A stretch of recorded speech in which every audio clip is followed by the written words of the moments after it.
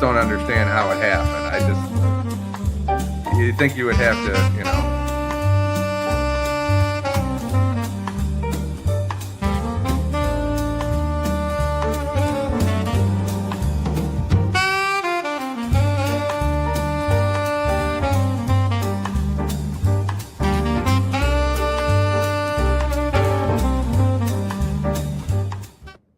Good evening. Good evening. Welcome to Detroit in Black and White, our Wednesday evening edition, uh, our midweek edition.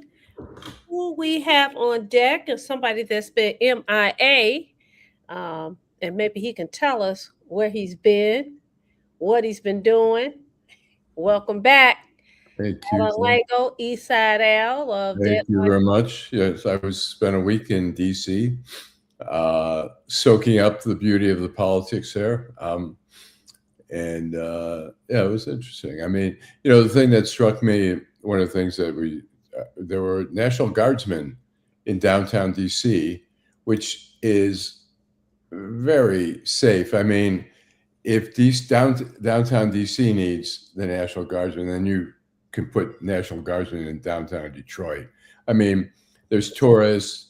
There's police there and stuff like that. The guardsmen, it was 97 degrees. They were in all full gear, walking around, just sort of standing around, doing, in little clusters. And if they really wanted to go in some more high crime neighborhoods, but downtown DC is not a high crime neighborhood by any means. Okay. We also have our downriver brother. I gave him a nickname last week, the Chief. What's up, the Chief? Good evening. Happy to see everybody tonight. Happy to see Mr. Duckett, Hazel Park Taekwondo, and everybody else that's out there tonight. Thank you for joining us. So listen, you guys already know what I'm getting ready to say. If you are watching the greatest show on these YouTube streets, you already know what we want you to do. We want you to like, share, and subscribe. Like, share, and subscribe. If you want to make a comment, please do so in the comment section. Or you could take advantage of this code up here, take your phone and come onto the room and join us. This evening, Adolph will not be joining us. He'll be here Friday evening, but we are going to hold it down. So I'm going to let one of you guys to say what's the temperature on the primary election. The temperature is very, what would we say, Jim? What's the temperature on the primary? Are you talking about for me, or you talk about in general, Hazel Park Taekwondo? I think they're talking. I think it's about 275. We're gonna let Allan. He's got some.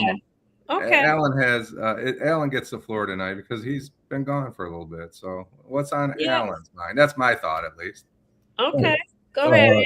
I would say in the primary, I mean, I think the hottest contested primary right now is the U.S. Senate, which the whole country is writing about. I mean, the Washington Post, Politico, New York Times.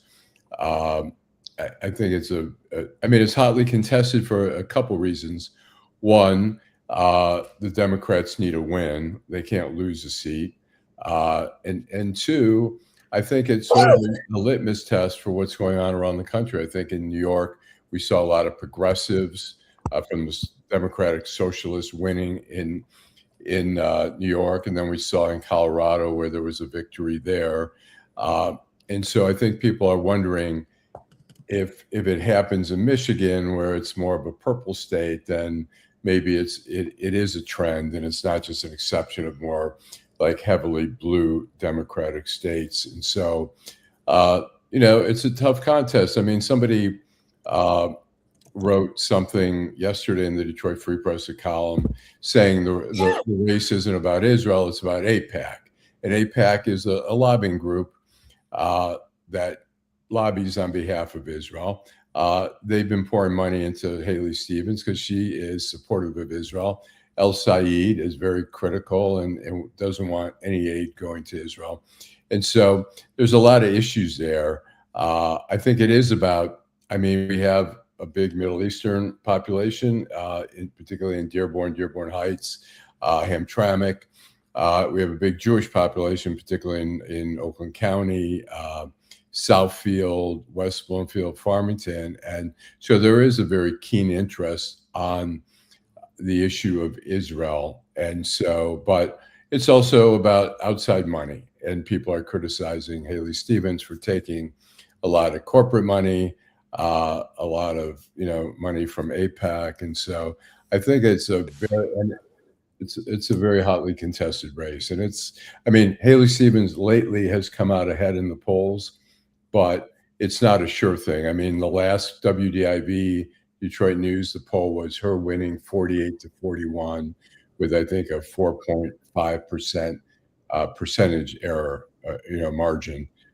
So it's fairly close. I don't think it's anyone's race. We saw Elizabeth Warren, the senator from Massachusetts, just backed El Said, AOC, Bernie Sanders. But on the other hand, we've got Haley Stevens, who's got Gary Peters, who was going to sit out the race, has decided to endorse her. She's got former Senator Debbie Stabenow, former Governor Jim Blanchard.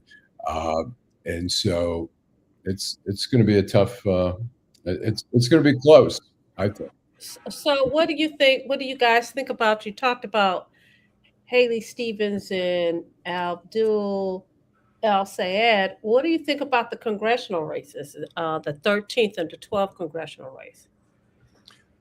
I think, that's a tough one. I think Sri Thanadar is outspending McKinney. He's so high profile in terms of that. McKinney's got the backing of Bernie Sanders, Rashida Tlaib, and so I don't know. I think Shri's going to win, but I could be wrong. We'll see. What about the 12th congressional district? You have. I think Rashida Tlaib is. I think she's got that wrapped up. Okay. She's got a brand name. She's got a bigger support base. I think if she had run in the 13th congressional district like she had before, I think her job might be in jeopardy. But I think she's got a pretty solid lock there on the 12th. I don't know what you guys think. Okay, what do you think, Jim? I'm going to read a couple of comments, and I'm going to tell you what I think. Okay. People say we need candidates with integrity. Miss Sheila, good evening, Miss Sheila. The 13th is going to be a fight. Shri spoiler could get on the ballot. I'm leaning that Shri will probably win. Money usually wins, Hazel Park, and it beats good candidates, unfortunately. Yeah. Republicans are going to get shellacked, in the words of Barack Obama. Israel is going to be a reason Haley gets shellacked. Tamari says. That's what Tamari says. I want to talk about that. Good evening, G Money. Good to see you. Let's talk about this Nolan case. 18-year-old mysteriously, allegedly drowned in Mississippi. Oak Park is a hub for the Jewish community in Bloomfield Hills. Miss Sheila and Melvindale. I think that's about it. Gary Peters is wrong for this one. Hazel Park. Derek Henry's out there. Good to see you. Deborah Harris. Don't want to miss Deborah. Good evening to you. We're good. We hope you're good. Tamari, we spoke about Tamari and Mr. Duck. We talked about them earlier. I want to just go in this direction. I'm not here to defend Haley Stevens, and I'm not here to defend Abdul Al Sayed. But I will just say this. We know where her money's coming from. What's the first word in AIPAC? What does the first word stand for in the A? What's the A in AIPAC? American. Okay, thank you. So it's not. So I guess I don't know that much about it, but are they feeding millions of dollars to Israel to fight a war over there? Is that the allegation that AIPAC is giving the Israeli government money? Just a question. No. Okay. So they're not giving Israel money to kill people. They're a lobbyist. They're a lobbyist group that wants members of Congress to support Israel. Okay, thank you. That's my question. We jumped to the conclusion that we're saying AIPAC is associated with the Israeli government, and there is no indication that they are financing a war in the Middle East. Am I wrong? No, they don't. They don't finance, but they want members of Congress to support. Understand. So, saying that, and I'm not saying it's a good organization. They're the boogeyman. in politics today, and for good reason. All right. They're the NRA of 30 years ago. All right. I understand that. Sometimes we need a boogeyman. But my question is, and we talked about it a little bit, and I never mentioned who. There was a podcast where somebody was on a podcast and said, the question is, where is El Sayed getting his money? And this person didn't want to say where because he was afraid for his safety. So that's his own position. But my question is El Sayed running a grassroots campaign, or is El Sayed running a millionaires campaign? So I think both. I think El Sayed had, he's gotten a lot of individual donors, but one of the donors he had gave $250,000. The guy runs a medical billing company, a national one, a big one, and he also collects medical debt, which El Sayed has always campaigned against. But so there are some groups like anti-Israel groups that are giving money to El Sayed. It's the way it works. I can tell you, when I worked in 1982, I worked as an intern for an investigative columnist, Jack Anderson, and Israel had invaded Lebanon to go up to East Beirut to try to clear out the PLO. And our office had 18 reporters. And the State Department was anti-Israel.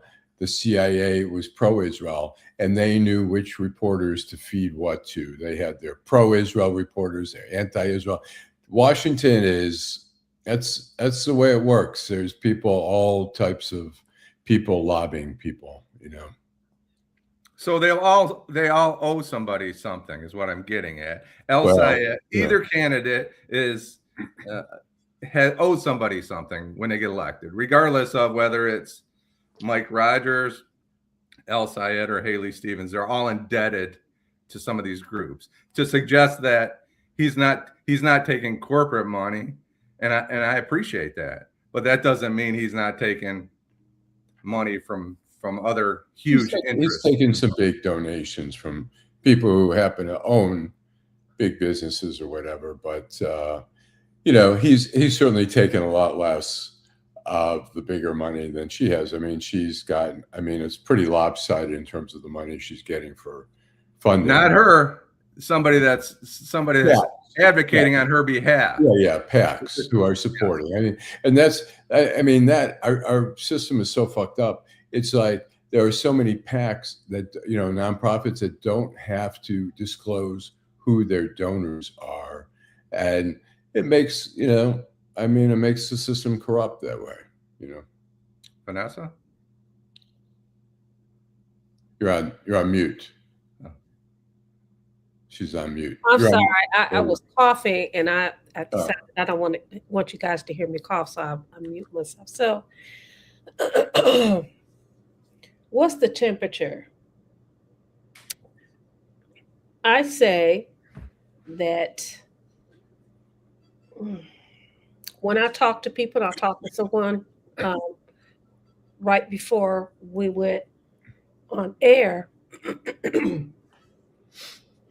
It doesn't appear as if people in my circle are really excited about the candidates.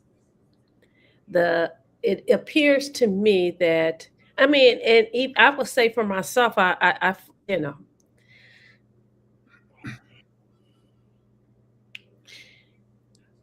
this is a tough one. So I would agree with Allan in the sense that, you really don't know. I don't have a crystal ball. I can't rub a crystal ball and tell you who it would be, but I can tell you the consensus seems to be that people aren't really excited about the candidates that we have. And so I think it's going to be quite interesting when we see what happens at the end of the day. I will say that in the 13th Congressional District, which is where I live, I agree that Sri Thanadar is spending a whole lot of money. Why is he spending a whole lot of money? Because I believe that he really feels threatened. I think it's also interesting that you have a congressperson, his colleague, that's in the 12th district who has decided that she's going to support his opponent, his challenger, if you will. And I always look at things like this. Why are you challenge? Why are you support? Because I was told and I experienced that people usually don't go against their colleagues. If they're going to support somebody else, they do it very quietly. Um, Congresswoman Tlaib has been very loud about who she's supporting, as well as Bernie Sanders. I will say with Donovan McKinney, I think this commercial that they're showing with Maddie Maroon, and this is Shree's commercial, and he says, he has received money from uh, basically, someone that's associated with President Trump. And I would just challenge folks to say, listen, these people throw money around to all of these candidates. It doesn't matter if it's a DRR. It matters about is my agenda. I want to push forward my agenda. So you know what? I'm just going to spread it around. I'm going to gamble. And so whoever gets it, I still have favor with them. And I think that people need to look at that. So when you look at these commercials and you hear these ads, just think outside of the box. Think larger than what you see in front of your television screen. So that's my thought. I'm telling you, of course, I'm going to participate in the process. As a matter of fact, I've indicated that I volunteer in the voter protection program. I've done my training. I will be somewhere making sure that people aren't intimidated and that the process is adhered to. And I'll be happy to report when we get back that next day on the show as to what I experienced and what I saw. So that's my opinion. Should we take a break? Real quick, I'll say Rashida is trying to do some power building. She's trying to build a big political base and have influence.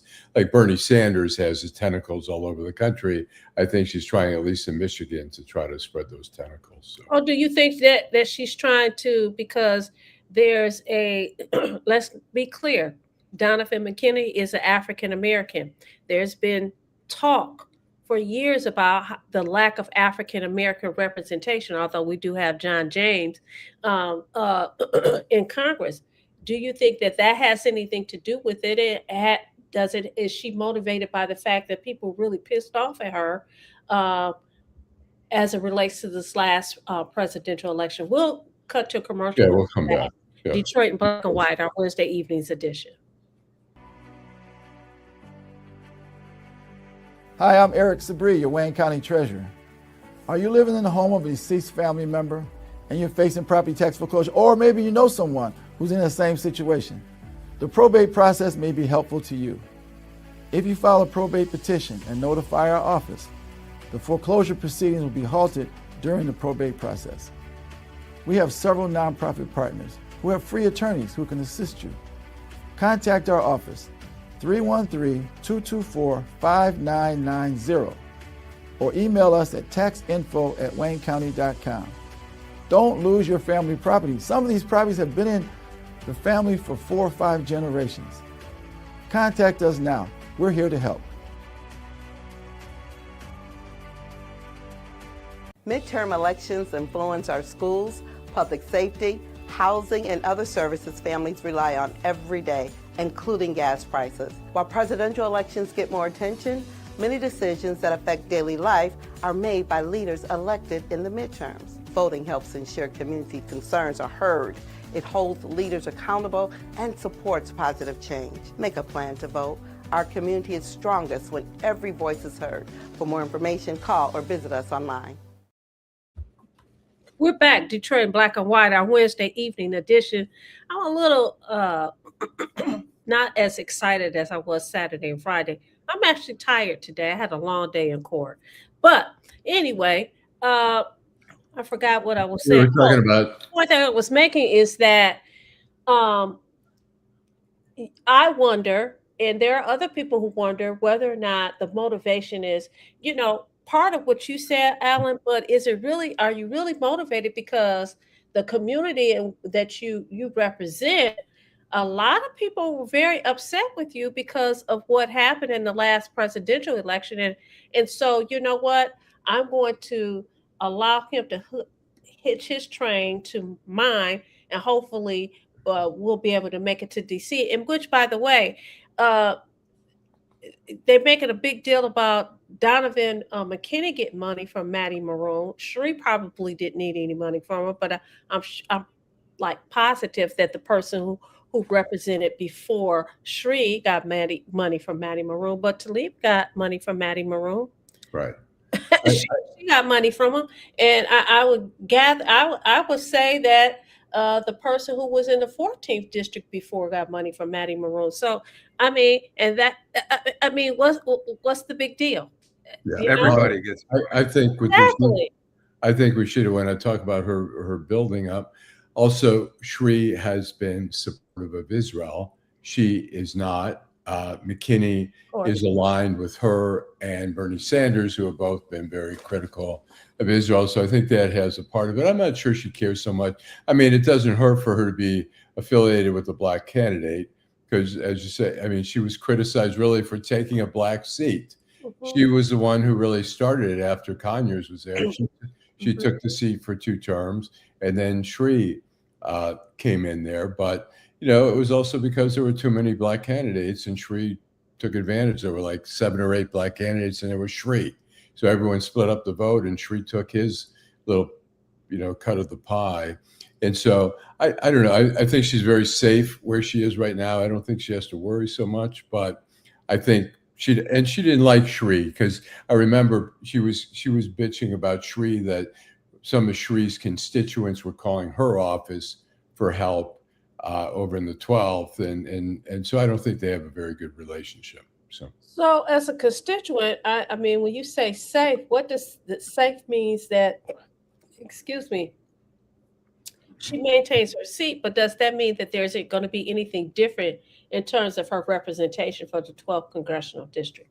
I'm just asking the question. Oh, I think she's got Dearborn Heights, you know, western part of Detroit. Which has a sizable Muslim Arab population. I think where she gets more opposition and not as much support is in Southfield, where the Jews and the blacks are, and I think they're more open to voting for somebody else. But I think she's got. I don't think they've ever found a strong candidate to run against her. So yeah, and as our friend Hazel Park Taekwondo said, she takes money from everywhere. She has a big war chest, so she has the money to spread around. Comments in? Do you want to get some comments, Vanessa? Go ahead, Jim. You can go ahead. Okay, I'll read some really quickly. We never see Sheree until he starts to run again for office. To Mary, thank you. G Money, Southeastern Michiganders are not motivated to vote in these upcoming elections. They are around the corner. That being said, name recognition will prevail across the board, point blank, period. I think that's logical. Do the candidates, Ms. Sheila, have integrity in real life unless we're going to continue moving on the money dance? Nothing is for righteous perspective. It's sad for future citizens are watching all behavior. James Kyle Duncan, thank you for joining us. Bernie is an idiot. Rogers wins Senate in Michigan. Hold that thought, Mr. Duncan. And does he win over both candidates or just one? Talib gets money from everywhere. Again, Hazel Park, go GOP. James Kyle Duncan, MAGA rules. I think we know where you're coming from, Mr. Duncan. I think he's a friend. He's trolling a little bit. He is a Republican, but he's trolling, knowing that he's trying to push my buttons. That's okay. We have a big pen here. We have a big pen. He I'm just explaining what he's saying. Take it with a little grain of salt. He's just kind of messing around. Well, he said it. I mean, I'm gonna give him credit for what he said. Wait a minute. Let me make sure I heard you right. You said that take his opinion with a grain of salt. His comments. I'm not dismissing his comments is not correct, but I know him well, and he's just sort of throwing out some of the stuff, the MAGA stuff. We're glad he joined us. That doesn't make him a troll. That's I think he's the only person who watches the show that is he's a good friend. Okay. He lives in Ohio. Okay. All right. Oh, he lives in Ohio. What- I was on his listen, side until just a second ago. No, I'm just kidding. whether Black you issues trouble are or not, we like the fact that you're watching the show and that you're Yeah, yeah. participating. Thank you. He's a troublemaker. That's okay. We like trouble. back to Tamari. As long Black as- issues are always put on the back burner for everyone else's issues. Barack Obama on down. If you see Shree's Washington staff on the ground, Kenneth Reed, here then it will show you that he's in a bit of trouble. I think Shree has a poll in the field. Kenneth Reed has shown that the race is. I think the race probably is I competitive. think it is. I really do. I really, really do. Well, you know G-Money what, wants to talk Shree- about the. Go ahead. Shree has the benefit of spending congressional money. They're allowed to spend so much to tell the constituents what they're doing, and he has taken full advantage of that. And that's besides he has his own money, but he's taken full advantage of that. So Well, I met Shree and I've had a little interaction with Shree and Kenneth. He always feels vulnerable. He's a very nervous guy. So yeah, if you've talked to him, he's very uneasy. He's very concerned about who's coming up behind him. That's just who Shree is, I think. My opinion. So I don't care what anybody says. G-Money, Nolan's friends know exactly what happened to him. I think you're probably right about that, G-Money. We want a black candidate because they will represent the black agenda. Shree is not represented black people agenda. Shree has represented Shree pretty well. Thank you, Tamari. Backhand 313, thank you for being a part of the show.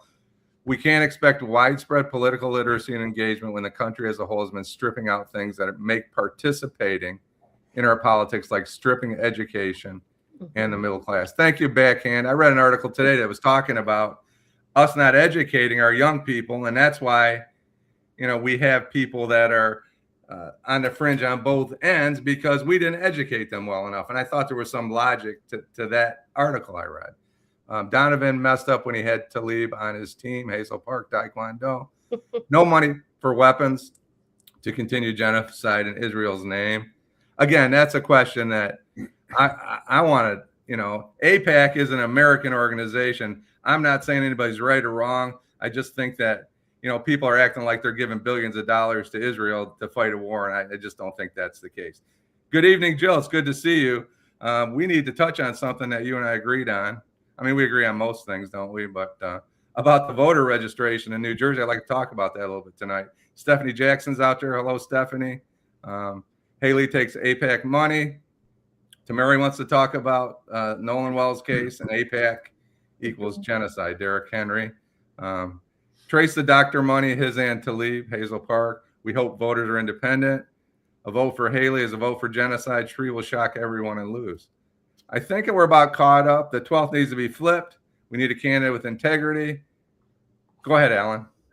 Somebody was asking if they thought the bridge was going to open. I mean, Right. First of all, Trump screwed up by imposing these tariffs, these punitive tariffs again against Canada, which Canada is such they're like a suburb of the United States. I mean, we speak the same language. We have, General Motors has plants over there. The UAW, has unions over there. I mean, it's absurd that we've taken on such a hostile thing. So they're going to have their own celebration over in Windsor, but they're not going to celebrate with the Americans. Americans don't have any plans at the very moment.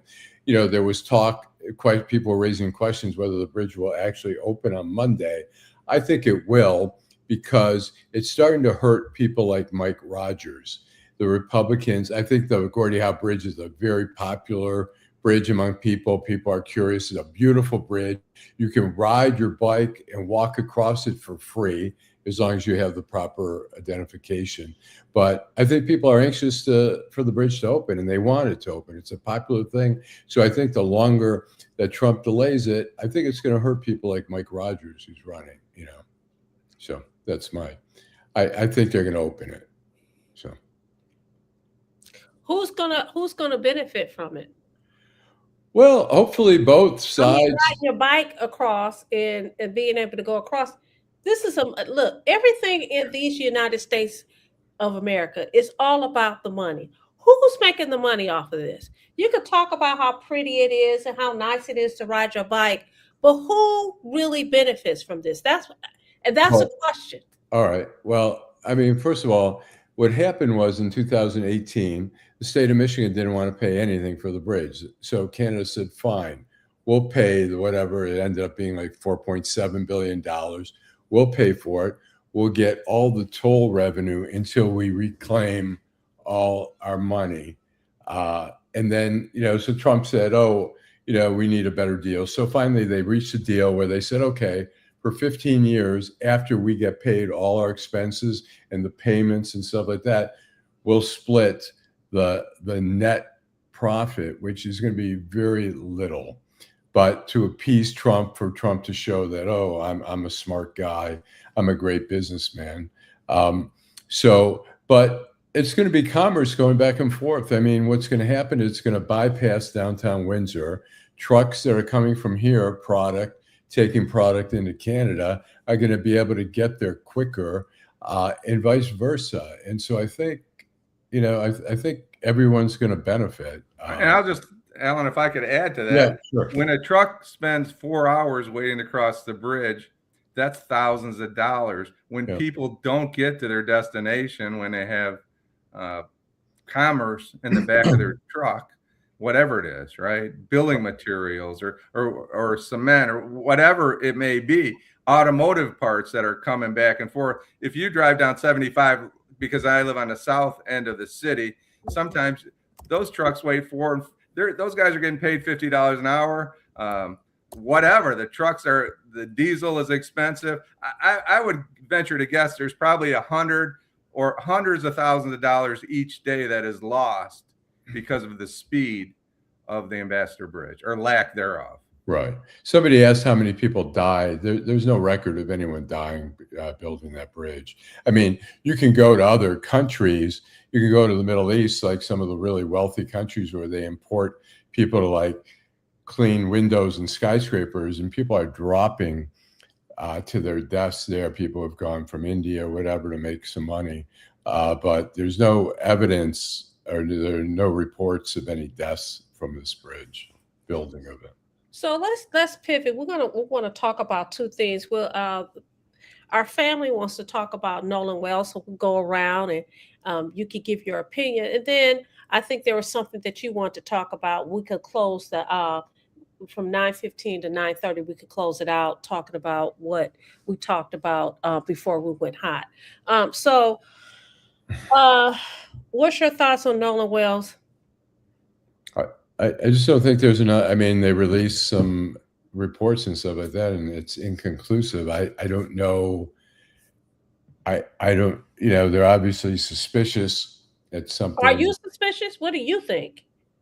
I don't know. I've been trying to follow it, and I haven't seen any. I mean, the guy drowned, but the question is, how did he drown when he was with a group of friends? But I don't know. I mean, could somebody have gotten in a fight with him and pushed him in the water? So you don't know how you feel about it? You're conflicted about it? Well, I just don't know. I just don't have any evidence to say. I mean, if I had some feeling that something improper happened, then I'd have stronger feelings. But I don't think anybody has any evidence of that yet, as far as I know. What I followed. If somebody does, fill me in. Okay. Well, I want to come a little closer to home. All right. Mm-hmm. What the heck happened up at Bliss Fest? Bliss Fest is a little music festival up near Harbor Springs, and the suggestion is a man, and I was going to look up his name. I don't have it here. Was allegedly in his tent, and someone tried to decapitate him. Okay, he's biracial. I like to know what's going on right here in Michigan, because that's a problem up there, and that's a little. I don't know if anybody knows. It's just west of Lake Michigan. I mean, sorry, just east of Lake Michigan up there, up near like northeast of Harbor Springs. Just a little small town. I don't know if anybody's followed that story. I haven't. I have not. I have not. But tell us what you know. Go ahead. People are talking about it now. Let me see if I can find the man's name. It looks like someone tried to cut his head off while he was asleep, is what the argument is. Severely injured at Bliss Fest Music Fest. Auburn Hills man 37, was recovering after suffering devastating injuries at a music festival in northern Michigan. Is calling for answers. Lon Hartman was found Sunday morning, July 12th, naked inside his tent at Bliss Fest in Harbor Springs with deep lacerations to his neck. He lost 8 pints of blood and was hospitalized in northern Michigan. I don't know how he's doing now, but I don't know what's going on up there. Yeah, I don't know enough about that. I don't know anything about it, to be honest. Right. So when as it relates to Nolan Wells, I would tell you how I feel about it. I think it's a sad doggone shame that you go out with your so-called friends, you end up dead, and nobody have any answers. Why do I feel I have very strong feelings about that? Because as you all know, I talk about my brother that was murdered. My brother was with his friends. And when my parents found out that, he had been shot to death, nobody knew anything. He left with a group of friends. Okay. Mm-hmm. Eventually a person was arrested and he was tried and so on and so forth. But the bottom line is this. My feelings is I'm very sad about it. I'm very hurt. What kind of friends are they? What kind of people are they? That you couldn't, his phone was missing. Their text messages going back and forth has been erased. Listen, I'm mad at the parents who automatically, immediately lawyered up. But if this is your friend and you guys all left together, what happened? Well, that's an alibi is what that is. Exactly. So I'm really pissed off about it because those same people that was with him, they know what happened. What have they said? I mean, what has come up during? Obviously, they've all been interviewed. I see here that they said it revealed the preliminary autopsy because they had an autopsy. It reveals 7 unanswered questions after he vanished on a trip with friends. So I have not gone through the. What did the friends say? Any idea what the nothing? Friends, they lawyered up. Nothing. Okay. Well, their phones, their text messages were all of a sudden deleted, which is stupid because you guys already know, Jim. You know that they can retrieve that. Of course. They'll recover all that information. For me, when I hear, I don't know, I don't have enough evidence. Well, hell, you know that he left with several friends. Mm-hmm. You know that he was on a boat with several friends. Right. And we know that he's dead. I feel a way about it. That's how I feel about it. Okay, I mean, whatever it is, it's tragic. And the question, if all your, like I said, I haven't followed everything, but I knew they released the autopsy, and the autopsy was the second autopsy was inconclusive. But yeah, I mean, if the friends aren't cooperating and they've gotten a lawyer, that's highly suspicious. Why would you? If I went with a group of friends and one of my friends ended up drowning, why on earth would I get a lawyer? I can't imagine, what could possibly have happened that I would need, and my friend. Why I would do everything possible to help out. So, well, here's what they need. They need professional investigators. They need federal help. They need state help. I don't know exactly where it happened. Is Mississippi? Is that where it happened? It's Mississippi. Yep. Well, I can tell you that there's a lot of departments there that probably don't have the resources to deal with this type of an investigation, and they should be reaching out to the investigative groups, whether it's the FBI or whomever that can help them. And if there's no federal involvement, I have a huge problem with it, or state involvement. Right. I agree. I mean, it sounds like at this point, it's become a big deal. It's become a national story. Everybody wants answers. And so here, I'm going to go over some of the questions. The doctor that performed the autopsy, he says there are 7 unanswered questions in his autopsy report. These include: what were the circumstances that led to Wells entering the water? What position was the body in when found? And was there any water in the airway which would indicate drowning? And then, of course, you have Ben Crump, who's involved in this case. So, it's a very high profile, but he was found face down, fully clothed, despite photos from the day showing him shirtless, wearing swimming trunks. They show the picture of him with his friends. Right. Okay. Well, here's the thing also is that somebody has said the FBI has refused to help, and that's not true. The FBI is assisting the Jackson County Sheriff's Department in the case. And it would be highly unusual if any authority, another department said, we need your help, the FBI. The FBI has a lot of resources that other departments don't have. And they're always, and they are working on this. They're not going to be the lead agency unless there's some jurisdiction that gives them that type of, jurisdiction, but they certainly are assisting the Sheriff's Department in the investigation. And in my experience, I'll just tell you, go ahead. Okay, I'm sorry. I just want to finish this up and then you could go ahead, Jim. It says the pathologist added that he still wants to know if there is any evidence of injuries to the front of the neck or the throat or evidence of a brain bleed. As you said, Allan, there's a lot of questions, but to me, the main question is you left with your friends. You were on a boat. You guys took pictures and nobody know what the hell happened. Get out of here. Get out of here. Okay, go ahead, Jim. I was just going to say, as a local police chief and an investigator at one time with the state and also with the federal agency, I'm going to tell you this. There's state SWAT teams, there's state investigative teams, there's federal investigative teams, there's all kinds of organizations out there that would be, and I would expect they would be on board and be on site. Did you say it was Jackson County, Mississippi? Yeah, sure.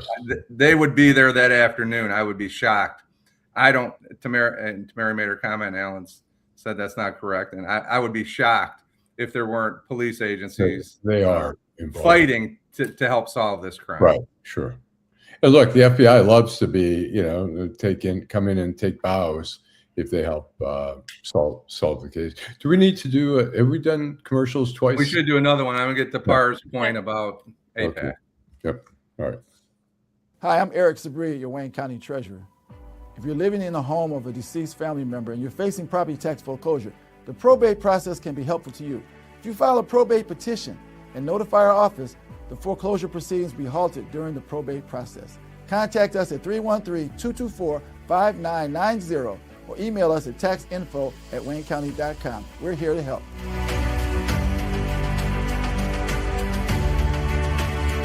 Midterm elections influence our schools, public safety, housing, and other services families rely on every day, and that includes gas prices.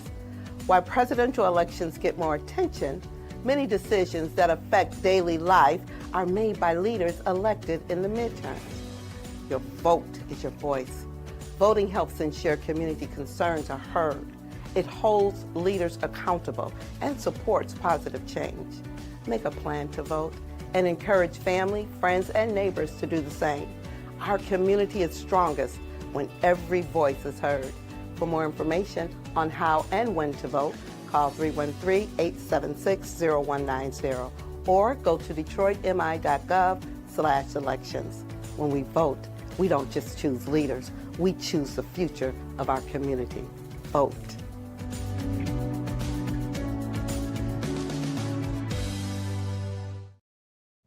We're back, Detroit in Black and White, our Wednesday evenings edition with the Chief, Jim Nardone, and Eastside Allan Lengel. Go ahead, Jim, you were about to say something. I just want to say thank you to Parr. Newsflash to Jim. APAC is about controlling this republic. That's the United States, I think you're talking about, and they're not interested in sharing power.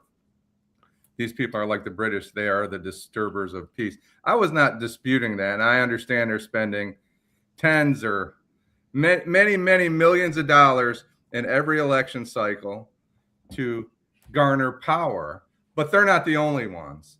So my only point to you is the way the system's set up, they can invest whatever they want in trying to control politicians in Washington, and that's what they do. That's what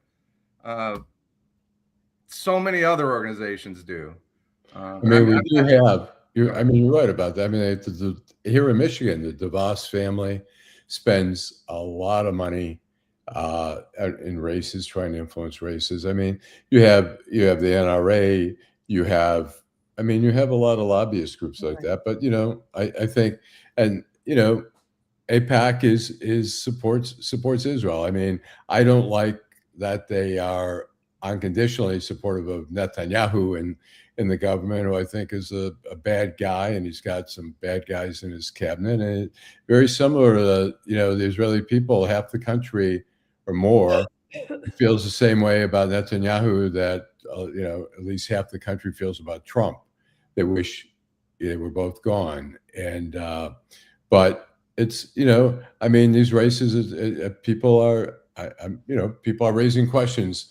Well, how much influence these lobbying groups should have in our local elections. The system's broken, right? The system's broken, but they're playing within the rules, whether you like what their role is. They are American citizens, and I think we lose that. We think they're the Mossad or whoever they are. They're American citizens. I mean, you have to ask. I mean, it seems like we're not as reliant heavily on the oil in the Middle East like we were previously, but when you have to ask yourself, why does America have such a great interest in the Middle East? I mean, you see what's happening now with Iran. Iran is bombing military installations in Kuwait, in Saudi Arabia, in Bahrain, in Qatar. There's the Central Command. It's not all because of Israel, to protect Israel. They have interest in that region, and they're spending a shitload of money on it. And so you have to ask yourself, what is it financially? Like I say before, when the U.S., when Iraq invaded Kuwait, which is a very oil-rich country, we were there in 93, I think it was, or I can't remember what year it was, 91, 90. Around 90, 91. Yeah, with H.W. Bush, and we went in and protected Kuwait. And so that area is a very politically complicated area there. And there's a lot of history, and there's a lot of craziness there, and a lot of divisiveness and warring over every religious faction, and, fighting within and fighting outside and whatever. So. Anyways.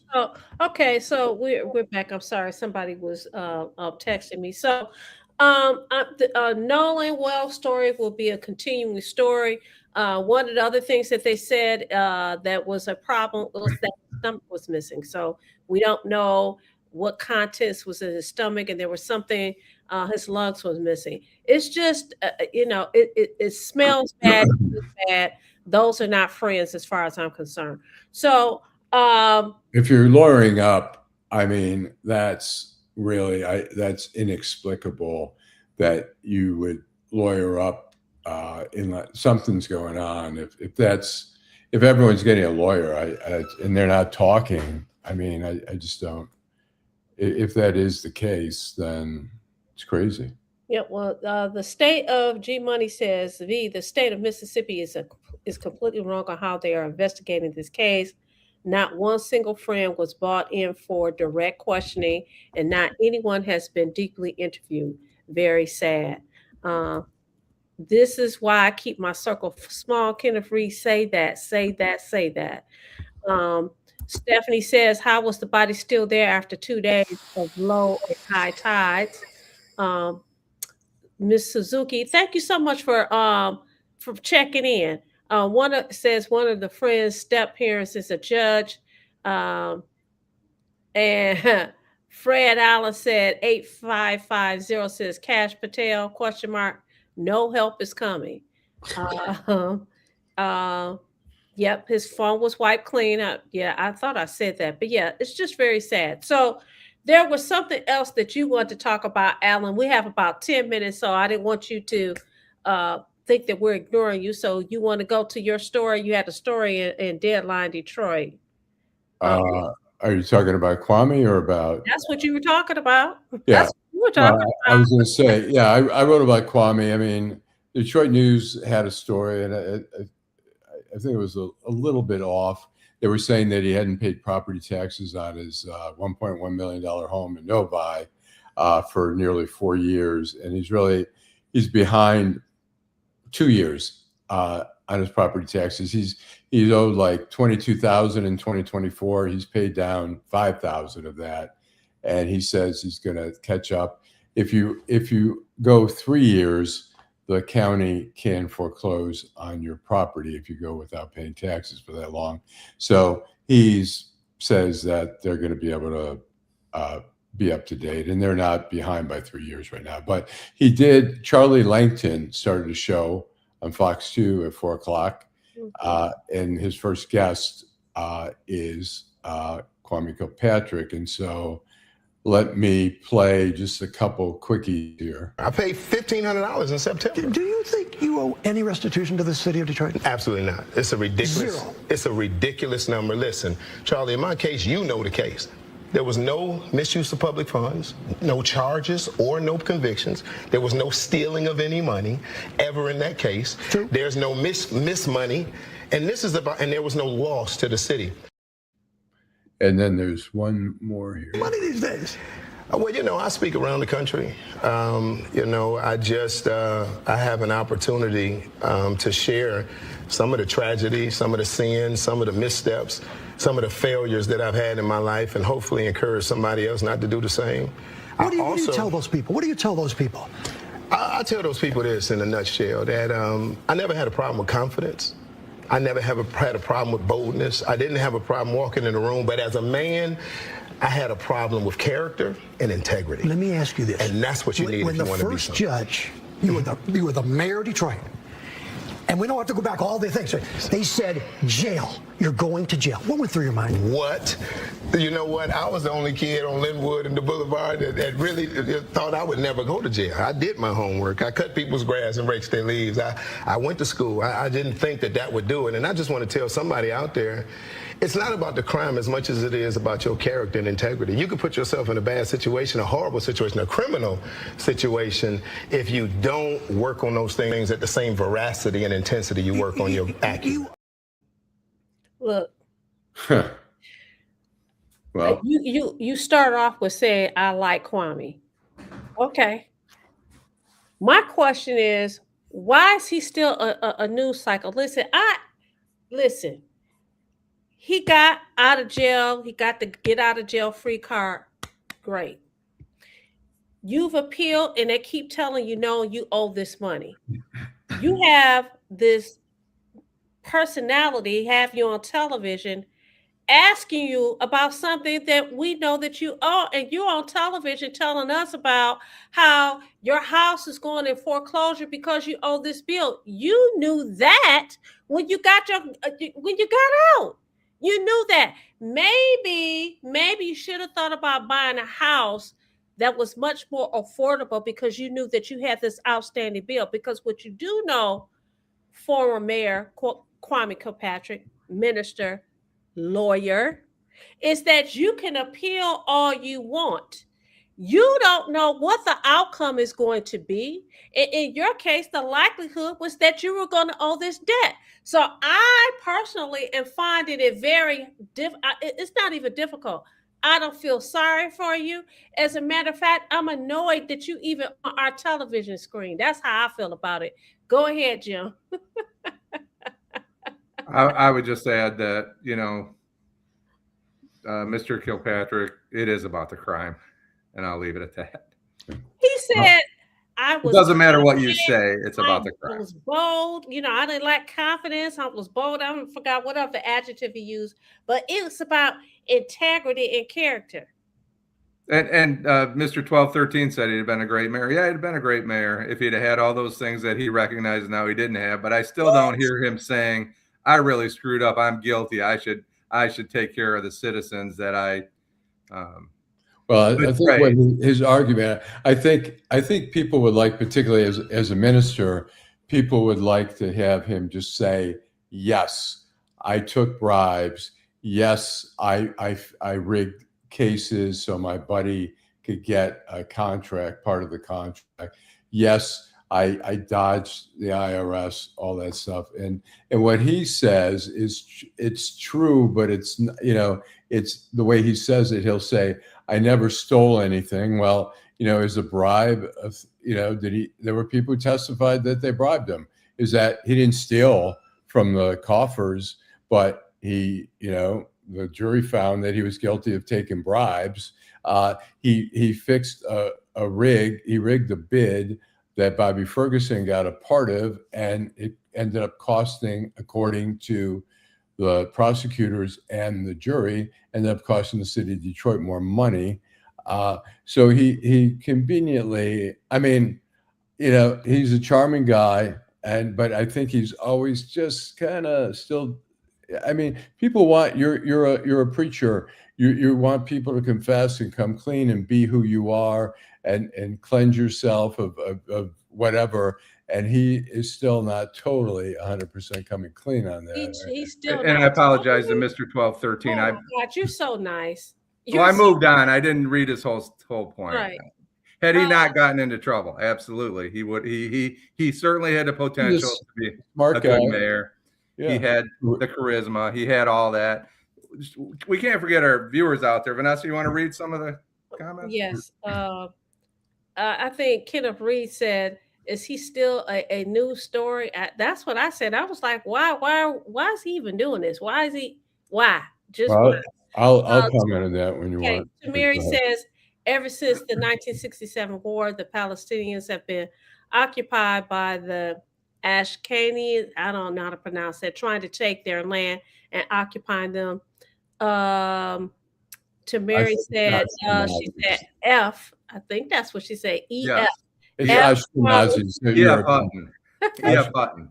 All right. Yeah. You also have G Money Hollywood, who says the media needs to back off Kwame. It's evident that he still has charisma, and I guess he makes for a ratings grab since local mainstream media is suffering for viewers. It's sad. Kwame is lucky Trump freed him.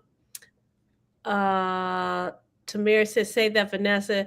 I already said what Kenneth said. Janet says, well said, Miss Vanessa.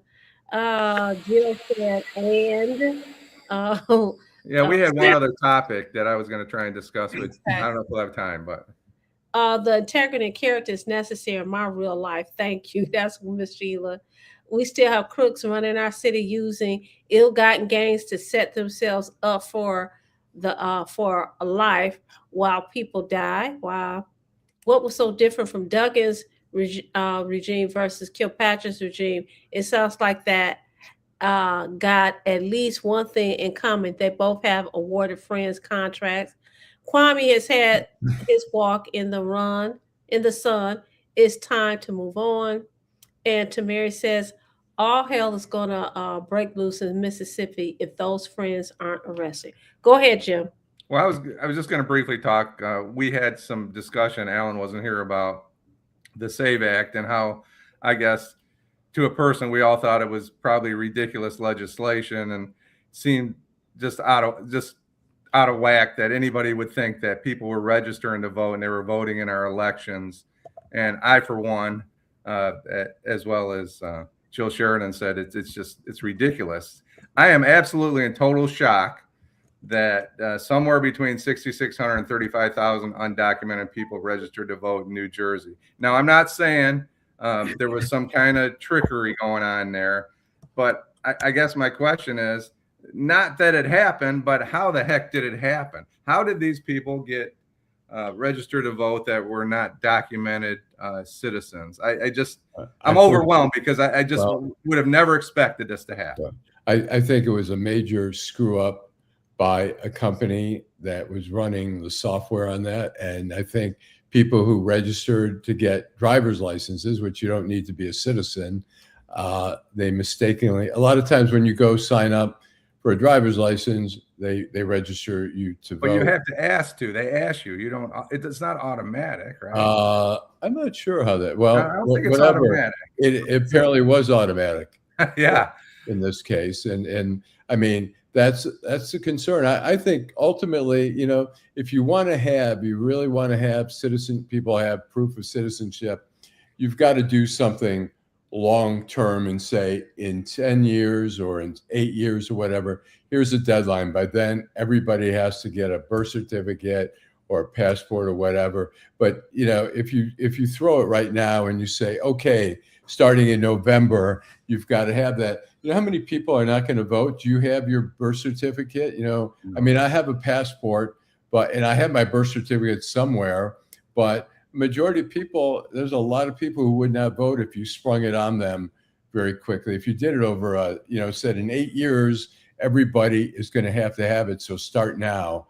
Let's try to get it going. And we're going to assist people with we'll set up whatever. We'll set up places where you can come right away, and we'll print out your birth certificate, and we'll take care of it. If they want to get there, it's a complicated thing. Or if there's a computer system where you should be able to feed in every voter, and they should be able to match up records in the United States or something.